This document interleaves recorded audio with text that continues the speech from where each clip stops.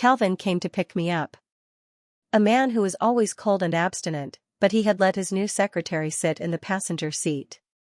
At that moment, I knew, our marriage was over. That day, Calvin arrived to drive me. When I opened the door, I froze. A young, beautiful woman sat in the passenger seat with a sweet smile. "Hello, Mrs. Hahn." She greeted me politely, but made no move to give up the passenger seat. I narrowed my eyes and shifted my gaze to Calvin, yet he was on a call, oblivious to the tension. We were planning to attend an auction tonight. So I had dressed up carefully, but only to find another woman in his seat. "Mrs. Hahn, I'm Nicole, Mr. Hahn's new secretary," the girl said warmly, her dimples sweet and shallow. "I heard you're going to the private auction tonight, so I plead Mr. Hahn to take me along to broaden my horizons." "Don't worry, I won't disturb you too." My heart sank. I knew this cold and flawless man too well. He's always kept his distance from other women. Because of family interests, we had chosen each other. People joked that I was doomed to a loveless union. But after we got married, Calvin would treat me well. In moments of passion, his eyes would redden with desire. "You are my wife," he once said. "We are one. You are different from other women." However, today, something had changed. I'm not a submissive woman. I'm Mary who never tolerate anyone's provocation. "Get out," I coldly ordered her. The girl froze, clearly not expecting my cold tone on our first meeting. Perhaps my tone was too harsh. Nicole seemed utterly lost for a moment. I'm sorry, Mrs. Hahn," she stammered and quickly moved into the back seat. Meanwhile, Calvin had just ended his call and realized I was furious. His expression softened with helplessness and indulgence. He leaned over and fastened seatbelt for me. I noticed the seat had been adjusted by Nicole and impatiently readjusted it. All the fuss made my temper flare. Ugh, why the hell does someone mess with my seat? The atmosphere turned cold. The girl shrank back, too scared to speak. Calvin's brow furrowed slightly, but his tone remained calm. "If you're not in the mood today, we can just go home. Okay?" In the rearview mirror, the woman was silently wiping away tears. But I didn't care about and just felt annoyed. "Nicole, right? I don't feel like going anymore. Take a cab back, Mr. Hahn and I are heading home." Hearing this, the girl cast a pleading glance at Calvin, but he ignored. She then got out of the car disappointed. Calvin would never embarrass me in front of outsiders. He had always known how to restrain his emotions. So he suggested we go home. If there's something wrong, we would settle it at home. That was the unspoken understanding between us for years. She's just a fresh graduate. Why bother with such trivialities? Calvin pulled me into his embrace. "First time," I replied. "What?" Calvin was puzzled. "All these years, this is the first time you've let another woman sit in your passenger seat," I calmly said. He didn't expect me to care about this. Everyone knew how exceptional Calvin was. There are so many women admired him. But he restrained himself from touching them. Calvin chuckled softly, ruffling my hair. "I didn't expect that I could still make you jealous." He leaned in to kiss me, nose brushing my cheek. "She's just my subordinate. Nothing more. There will never be anything else between us." He cupped my face and made his promise. My intuition is rarely wrong. Even though I had only met Nicole once, my intuition told me this girl undoubtedly had other thoughts toward Calvin. I thought the warning in our first meeting would be enough. But I never expected that the necklace, the one meant for me, would end up around her neck the very next day. Eva, Calvin's chief assistant, sent me a photo and a screenshot of a social media post. In the photo, the diamond necklace glimmered against Nicole's fair skin, adding to her allure. Her eyes were red and swollen, but she wore a faint smile. No doubt she had cried her heart out last night, only to receive a certain someone's consolation gift. There are some screenshots about Nicole's post. Mr. Hahn said, "Even when hurt, a girl must stay strong." Wiping my tears, "Yes, sir, my chairman." Accompanied by a few fist emojis. And a picture of the diamond necklace in its box. At that moment, my heart sank. As much as I hated to admit it, she had gotten under my skin, enough to nearly make me lose my composure. It was an unbearable feeling, like finding a stain on a cherished white handkerchief. The sensation was so bizarre for me, even I wanted to jump into my Ferrari to slap that woman across the face. But then I looked at my own hands and scoffed. Was I really stooping to care about some cheap, scheming girl? I picked up the phone and called Laura from Hermes. Laura's voice was barely contained excitement as she assured me. Don't worry, Mrs. Han. Even if I have to empty out all of Shanghai today, I'll make sure you get everything you want. And so, before the workday even ended, every female assistant and office girls at Han Group's headquarters, 46 women in total, except Nicole, received a lavish gift from the chairman's wife. A Hermes necklace worth $20,000. Honestly, it couldn't compare to the 2 million yuan auction necklace. But there were many, and the gesture was fair. Eva handled it with finesse. She required each recipient to post on social media with the caption, Mrs. Han says every girl deserves better. Fists up, I will be obedient, my Mrs. Han. Naturally, the recipients were more than happy to oblige. As assistants and office girls, they were the company's gossip hubs. Now, with a gift from the chairman's wife in hand, who wouldn't eagerly post with a beaming smile? Some even added their own spin to the caption. Mrs. Han really knows how to play a game. While the assistants might not have much influence within the company, their ability to spread news across departments was so efficient. Within half an hour, the entire company knew that the chairman's wife had gifted Hermes necklaces to nearly everyone. As for the reason? The rumor mills were already in overdrive. Nicole's face turned pale, as if she had been deeply humiliated. With eyes red, she fled to the restroom to remove the diamond necklace. 2 colleagues walked in to touch up their makeup, glancing at her with knowing smirks. Humiliated, Nicole lowered her head and hurried out, their mocking laughter growing bolder behind her. Her cheeks burned as she placed the necklace back in its box. Then, without a word, she returned it to Calvin. Calvin had just finished a video call with his business partner. He noticed the tearful girl standing before him, clutching the necklace box. What's wrong? He asked. Nicole's tears fell before her words could. Mr. Han, she whispered, voice trembling, please take this necklace back. I'm too afraid to wear it. A flicker of displeasure crossed Calvin's stern face. His instincts told him something had happened, but he didn't press. Instead, he just quietly watched her. After a hesitant pause, Nicole finally told him everything that had happened in the office that day.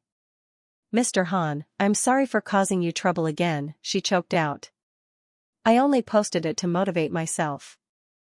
I never thought Mrs. Han would see it. Her small frame trembled like a helpless rabbit. Let me apologize to her in person, she pleaded. I can explain. Calvin never bothered with social media. His life was filled with work. But as CEO, he knew all too well how rumors spread like fire. His expression darkened. Understood, he said, voice low. That evening, Calvin brought Nicole home with him. The girl, timid and nervous, stood behind the man. I asked Nicole to come so she can explain things to you in person, Calvin said with a sigh. Mary, she's just my secretary. After what happened yesterday, I gave her a gift as a simple apology, nothing more. I stirred my silver spoon absently, finishing the soup the housekeeper had prepared. Mrs. Han, I'm so sorry, Nicole bowed deeply. Her voice trembled with fragile sincerity. This was the first time I'd ever received such an expensive gift, and I got carried away in the moment. If I've done anything to upset you, please tell me, I'll correct it immediately. I raised my brow. Nicole, right? The girl glanced at Calvin, as if drawing courage from him, then nodded hesitantly.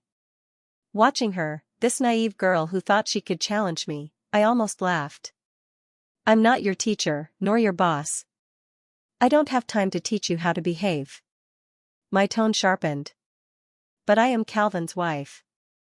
So if anyone dares to mess with my husband, I won't give them a second chance to correct anything. Nicole looked like she'd never met someone as straightforward as me. Her fragile act wavered, leaving only discomfort. Mary, Nicole came here to apologize, Calvin interjected. He knew my temperament and methods. Even if he didn't approve of what I'd done today, he understood why. That's why he hadn't argued with me, only agreed to bring Nicole here to make amends. He was compromising, hoping to dispel the misunderstanding. We were both smart enough to read each other without words. Fine, I said at last, deciding to give Calvin this one chance. After all, he hadn't actually cheated. But there won't be a next time. No matter who it is. You didn't need to go to such lengths to deal with a girl. Calvin brought it up just before bed. You should have talked to me first. I sat at the vanity, brushing my hair, my eyes locked on his reflection in the mirror. You knew how much I liked that necklace, but you sent it to another woman. Isn't it natural for me to be angry? I couldn't bear the thought, if my husband so perfect were tainted, would I still love him the same? Calvin remained unruffled, walking to the bar to pour himself a glass of ice water. She cried all night because of your misunderstanding. In the morning, when I saw how swollen her eyes were, I gave her the necklace as an apology. That's all. Not a single flaw in his explanation. I studied him coldly for a long moment. 2 million, for us, it was pocket change. So giving it away casually was understandable. The question was whether the recipient was worth it. His fingers tapped lightly against the marble countertop. He was waiting for me to process this. It was the first time a third party had caused tension in our relationship. Our upbringing and values made this kind of conflict feel exhausting for both of us. We were people who valued dignity. Calvin, I love you. His fingers stilled.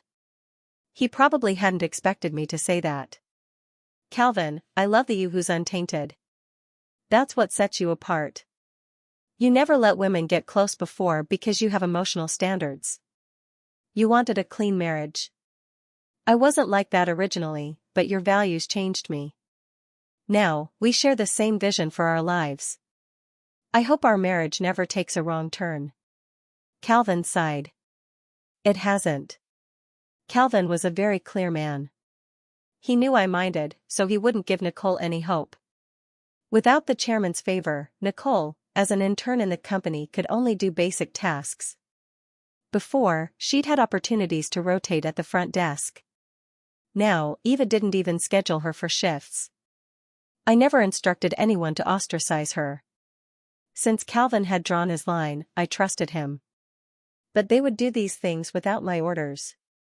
People were all too eager to kick those already down. Within half a month, the new secretary couldn't handle the professional demotion and psychological toll.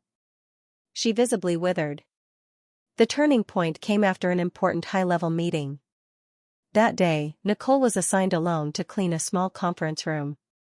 She dressed in a pencil skirt, knelt down to scrape gum off the carpet with a blade. Calvin, who had doubled back for something, witnessed this scene. Noticing his presence, the girl scrambled to her feet in a panic. His gaze was cold. That silent scrutiny shattered whatever dignity she had left. Mr. Hahn.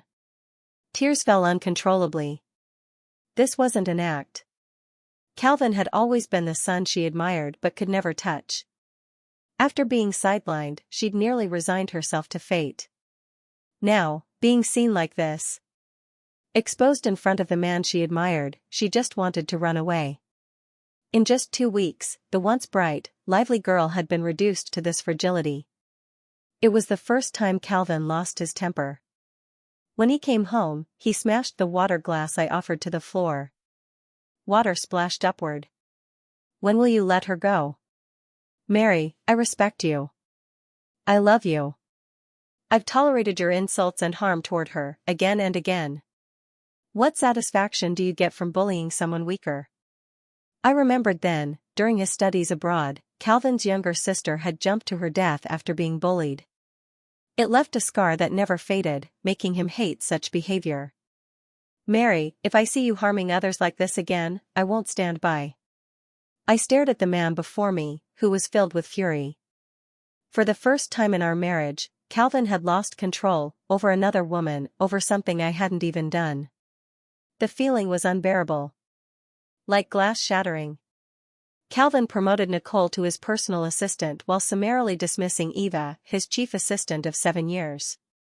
You need to understand exactly who you're working for, Calvin said coldly. Eva stood her ground stubbornly. I work for you, Mr. Hahn. There are some matters I do for Mrs. Hahn, but just certain private matters. Calvin threw the shift schedule in front of her. Really?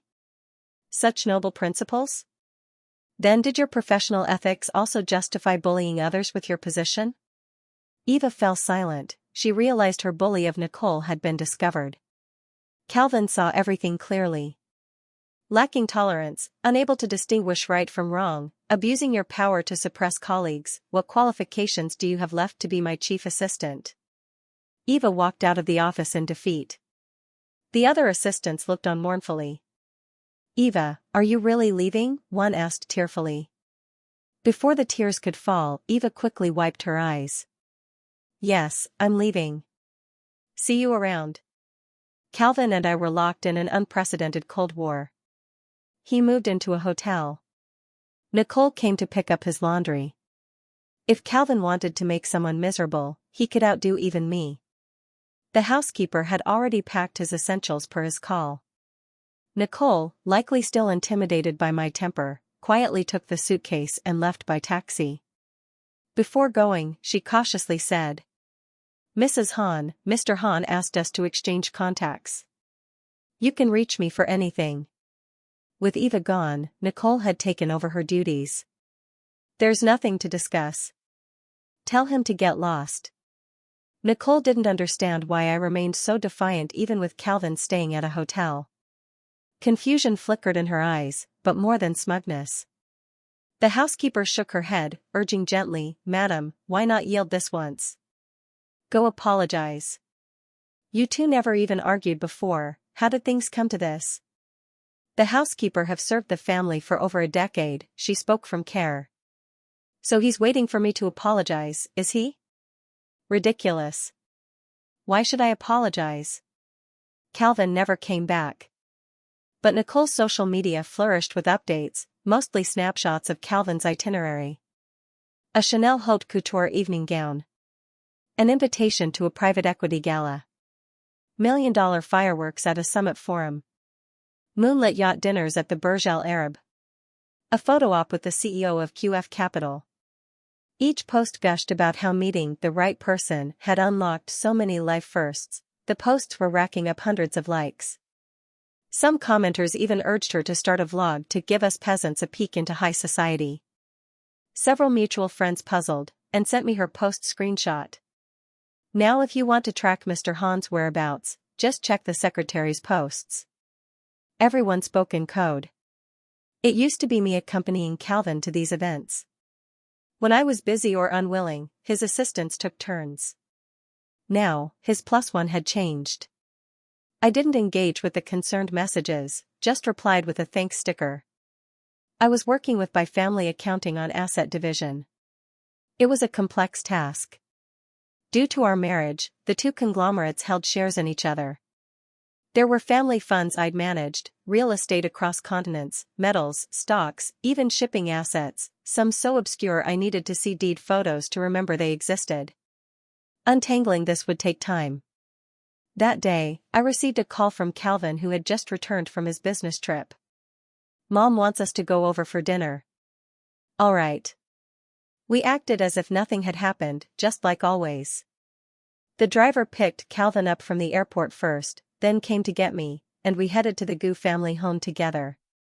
Calvin and Nicole, who had accompanied him on the trip, sat in the back seat. They had actually left the front passenger seat open for me. Nicole's smugness was unmistakable. I found my situation amusing in its absurdity. But this time I didn't assert my position. Instead, I calmly took the passenger seat. Calvin's expression was icy, the atmosphere around him heavy. Mrs. Hahn, we just got back from Manhattan today. The old madam said she missed Mr. Hahn, so I picked up some gifts to visit her with him, Nicole chattered, just as talkative as before, though her demeanor now carried a newfound poise and maturity. Clearly, she had learned a lot from her time at Calvin's side. I didn't respond, closing my eyes to rest. Nicole, sensing she wouldn't get a reaction, fell silent. Calvin's lips pressed into a thin line. Not another word was spoken the entire ride. Han's mother looked surprised when she saw Nicole. The girl greeted her with practiced ease and introduced herself. She seemed to master the art of pleasing others. Within minutes, she had Han's mother laughing heartily. At the dinner table, Nicole chatted with Han's mother about some amusing stories from Calvin's work. Han's mother smiled in satisfaction and asked about Calvin's daily life. Nicole seamlessly took over the talk. The atmosphere grew palpably awkward. Nicole, her dimpled smile still in place, finally realized her misstep as the atmosphere turned cold. Those were questions meant for me to answer. Han's mother was no fool. Calvin remained silent throughout. I dabbed my lips elegantly with a napkin. Mom, I'm pregnant. Really? Mary. It was monumental news. Han's mother's eyes lit up. When did you find out? The man who had been silent now showed rare emotion. I arched a brow, relishing the moment. Just confirmed yesterday. The doctor said it's been 3 weeks. Han's mother was overjoyed, immediately called Han's father and planned to go to the hospital with me tomorrow. Nicole blinked in shock, her eyes were filled with innocence. Mrs. Han, are you sure about the timing? Mr. Han and I have been abroad on business for the past 2 months. Han's mother froze at her words. No mistake, I said smoothly. I specifically consulted Professor Fong, a renowned obstetrician. It's definitely only been 3 weeks. I emphasized 3 weeks. Calvin knew perfectly well, he hadn't been home during that period. This child wasn't his. The warmth that had briefly flickered across his face vanished. Mary. A storm brewed around him, barely restrained, as if waiting for an explanation. I smiled even more triumphantly. Congratulate me, Calvin. I'm going to be a mother. Don't joke about this, he said coldly. I placed the pre-prepared prenatal report on the table. Sorry to disappoint, but this isn't a joke. While you were off on a honeymoon with your mistress, I got lonely. So I invited a few old flames over to keep me company. Now, I'm not even sure who the father is. If you don't mind, the baby can call you Daddy, though he'll take my surname. With every sentence, Calvin's expression darkened further. Enough. He finally snapped at my last line. I ignored his fury. Calvin, how does it feel to be cheated for once? Calvin never imagined that I would openly have an affair and righteously announce to the world that I was carrying another man's child. I never cheated on you. The veins on his clenched hands bulged, proof of how deeply this news had shaken him. It was just work. Nothing crossed the line, I never betrayed you. I rested a hand on my stomach, uninterested in his belated explanations. Your secretary has been flaunting her work routine with you on social media every day, Calvin. Did you think I wouldn't see it? Even our friends noticed something was off and warned me. And you still claim no lines were crossed? If you can take her to gaze at stars and moonlight, then I'm available to Netflix and chill. For once, Calvin was visibly furious. But I remained indifferent, if anything, mildly regretful. Pity, Calvin. I didn't get the chance to bring a man back to the Han garden. Compared to your provocative behavior today, I'd say I still came up short. Calvin couldn't accept this. He genuinely believed his relationship with Nicole was above reproach, that beyond work, there was nothing between them. He'd only used her to send a message to those around him. He couldn't understand how things had spiraled this far. Until now, he'd been convinced our marriage was stable and happy. Mrs. Han, Mr. Han, and I are completely innocent.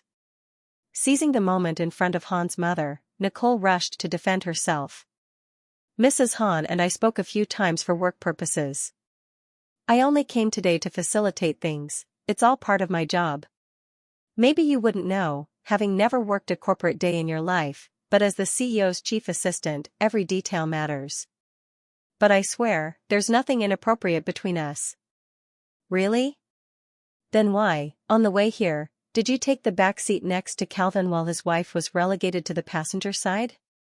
Did your thoroughness suddenly vanish? I tore into her without mercy. The woman speechless. I turned the blade toward Calvin. This is the chief assistant you personally trained for 2 months. Eva was also a woman, also your secretary, she's been with you since graduation. Did she ever presume to sit beside you? She was 10 times more meticulous than Nicole. Did I ever target her once? Calvin's breathing grew ragged, his eyes turned red. Let's get divorced, Calvin. Calvin dragged me back home, leaving Nicole stranded at the Hahn family estate. It was the first time he'd returned home since our Cold War began. The house had already been stripped bare by my preparations. Even the housekeeper had been dismissed. Calvin froze in the doorway, stunned. The home we'd shared for 3 years now felt alien to him. Finally, he realized. My divorce had been premeditated. With red eyes, Calvin pulled me into a crushing embrace. Mary, I never cheated. His broken whisper echoed in my ear. Get rid of the baby. Let's start over. I let out a humorless laugh. My child. Why would I destroy it? My calmness seemed to wound him deeper. I did nothing wrong, you know that. I wrenched free from his arm. Yes, I know. You're still clean. But what did it matter now? You sent Nicole to collect your luggage, knowing it would disgust me. You paraded her at every event, knowing the gossip it would spark. You knew everything, yet you did it anyway. You enabled her provocations, humiliated me to force me to crawl back. You hate that I'd bullied the weak, but did you ever see your victim deliberately testing my limits, again and again? Tears streamed down my face as the memory surfaced. How had our marriage become this fragile? You knew she had feelings for you.